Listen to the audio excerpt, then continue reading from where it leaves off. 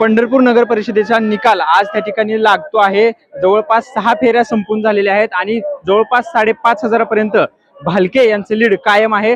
सकाळपासूनच भालके लीड वरती आपल्याला बघायला मिळत आहेत आणि कार्यकर्त्यांनी या ठिकाणी मोठी गर्दी केली आणि त्याच्यामध्ये महत्त्वाची एक गोष्ट सगळ्यांना बघायला मिळते ती म्हणजे स्वर्गीय आमदार भारतनाना भालके यांची नातू आणि प्रणिताताई भालके यांचे पुत्र शौर्य हा तुम्हाला त्या ठिकाणी नानांच्या शैलीमध्ये इथल्या जनतेला अभिवादन करताना बघायला मिळतोय। इथल्या जनतेचे आभार मानताना बघायला मिळतोय। इथल्या जनतेला नमस्कार करताना आपल्याला बघायला मिळतोय।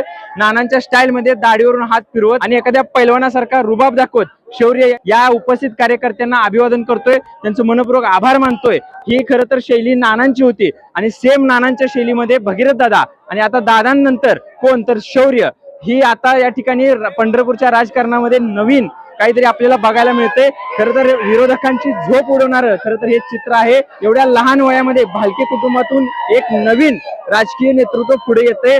शौर्य भालके खरं तर या तुम्ही व्हिडिओ मध्ये बघू शकताय, तुम्ही फुटेज मध्ये बघू शकताय की कशा प्रकारे नाना ज्या प्रकारे दंड ठोकतायचे एखाद्या पैलवानी तोऱ्यामध्ये खरं तर हा शौर्य गाडीवरती उभा राहून त्या ठिकाणी इथल्या उपस्थित कार्यकर्त्यांना उपस्थित जनतेला अभिवादन करतोय, नमस्कार करतोय। तर हे दृश्य पंढरपूरकरांना भविष्यात काहीतरी वेगळा संकेत देऊन जातंय।